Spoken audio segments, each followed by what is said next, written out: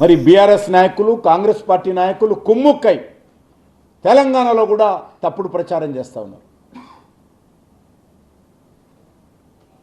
ప్రజలను తప్పుదారి పట్టించేటువంటి ప్రయత్నం చేస్తూ ఉన్నారు.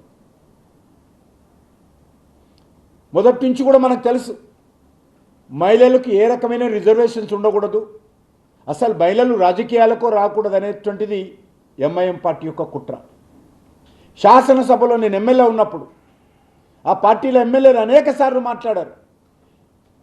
ఇప్పటికే రాజకీయాలు ఇబ్బందిగా ఉంది, మహిళలు రాజకీయాలకు వస్తే అనేక రకాల కొత్త సమస్యలు వస్తాయి, మహిళలు రాజకీయాలకు రాకూడదని చెప్పి అసెంబ్లీ రికార్డులో ఈరోజు అక్బరుద్దీన్ ఓవైసీ మాట్లాడినటువంటి అంశాలు ఉన్నాయి.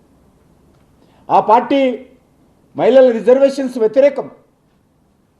అంతేకాదు ఈరోజు హైదరాబాదులో సీట్ల పునర్విభజన జరిగితే తమ సీట్లకు తమ పీఠాలు ఎక్కడ కదులుతాయో, తమ సీట్లకు ఎక్కడ ఎసరు పెడతారో అనేటువంటి కుట్రతో మజ్లిస్ పార్టీ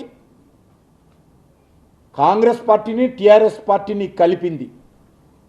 ఆ రెండు పార్టీలను ఈ అంశం మీద మరొకసారి ఏకం చేయడం జరిగింది.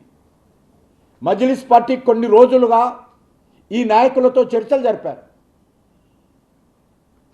చర్చలు జరిపి ఈరోజు ఈ యొక్క పునర్విభజన కానీ మహిళల రిజర్వేషన్స్ కానీ వ్యతిరేకిస్తున్న విషయాన్ని ఈ సందర్భంగా మనవి చేస్తున్నాను. అంతేకాకుండా